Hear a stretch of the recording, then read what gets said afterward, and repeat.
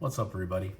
Wine90 Silver here, and I want to start off by saying thank you to all the comments I got on my first video. I appreciate every single one of them, and I want to clarify a couple of things that maybe I said incorrectly on the first one that was brought to my attention.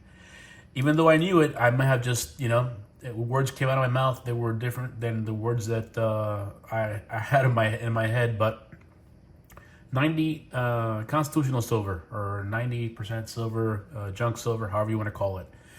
I may have said in the previous video that it was pre-64. Actually, it's 64 and earlier. So anything pre-65. I just don't want anybody to get confused and say, "Oh, well, I've got a Washington quarter. It's 1965. That's 90%." It's not. It has to be 1964 or earlier. So I want to clarify that, get that out of the way. And I want to touch on my personal process that I take when I order my junk silver. So today we're just going to talk about quarters, which is a Washington quarters. And when I get a roll of quarters, I typically do a quick scan. I'm sorry if I'm sneezing or coughing. I'm catching a little bit of cold, but I'll scan it for dates. And when it comes to the Washington quarters, the only dates that I'm really familiar with that are worth anything are the 1932 D series and the 1932 S series. So I just opened up two rolls, and the oldest one that I had was the 1936, like you see here. Thank goodness for this machine. So nothing really numismatic, and I'll check, on and off to make sure there's not any, double taps or anything like that. And if there's anything out there that I should be looking for, please comment and let me know so I can go ahead and be on the lookout for those things as well and share it. So once I've checked through my constitutional and I've taken into account the dates, the double taps, and everything else, and I realize that this is nothing but just regular quarters, 1964 or earlier, 90% silver. There's no numismatic values to any of it. At this point, I'm going to do something that seems to be like a very, very, very touchy subject, and that is, should you clean your silver? Well, I don't clean any other type of silver, really, only my junk silver, and the reason is this. Look at this coin, right? That's not toning. That's just dirt. That's grime. That's 70, 80 years of grime, and this stuff has been, I don't know where it's been. So the fact that if it's not numismatic, I really don't want my silver stash, my constitutional stash, to be this dirty, grimy stuff that you really don't know where it's been. It's probably been everywhere. Just touching it here for 2 or 3 minutes, I already feel the dirt and the grime on my fingers. I usually wear gloves when I handle this for the first time, but I wanted to make a point with this video.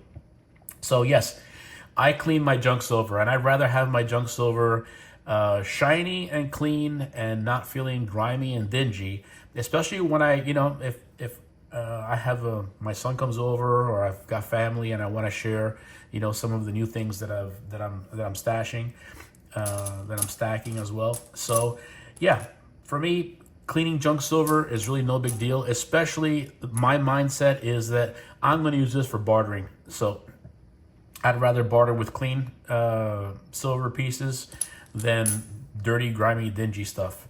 So anyway, that's just my take on it. You do what you want with your silver, but as far as I'm concerned, I just don't appreciate this dirty stuff. Something interesting that I wish I would have been filming when I opened up the roll that I just opened up a little while ago. I opened it up and I held the roll, and there was two particularly shiny coins, really shiny coins.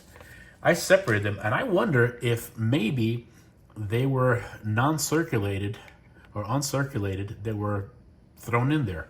I put them in these capsules. I've got a bunch of these capsules, but they are like really, really shiny. I mean, unless they've been cleaned. That's a 62, that's a 64.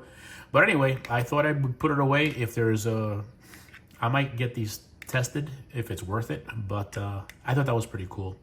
And those little surprises, it's like, back in the day, opening up a pack of Cracker Jacks and finding that toy inside. So I'm throwing my age out there again.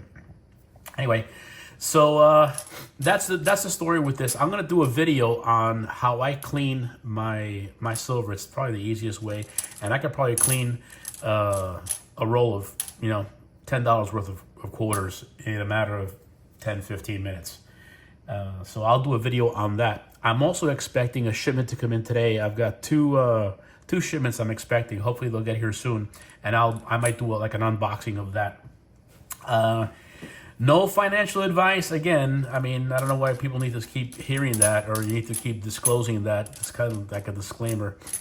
But this is not financial advice, but I am definitely taking advantage of this dip. If you saw my first video, you know that I buy based on price. I don't buy based on anything else. I had a comment that said, should I buy bars? You know what? If you break it down and you buy a 10-ounce bar and each ounce is cheaper than just buying a 1-ounce round, I would pick up the bars. I have no problem on how I stack my silver.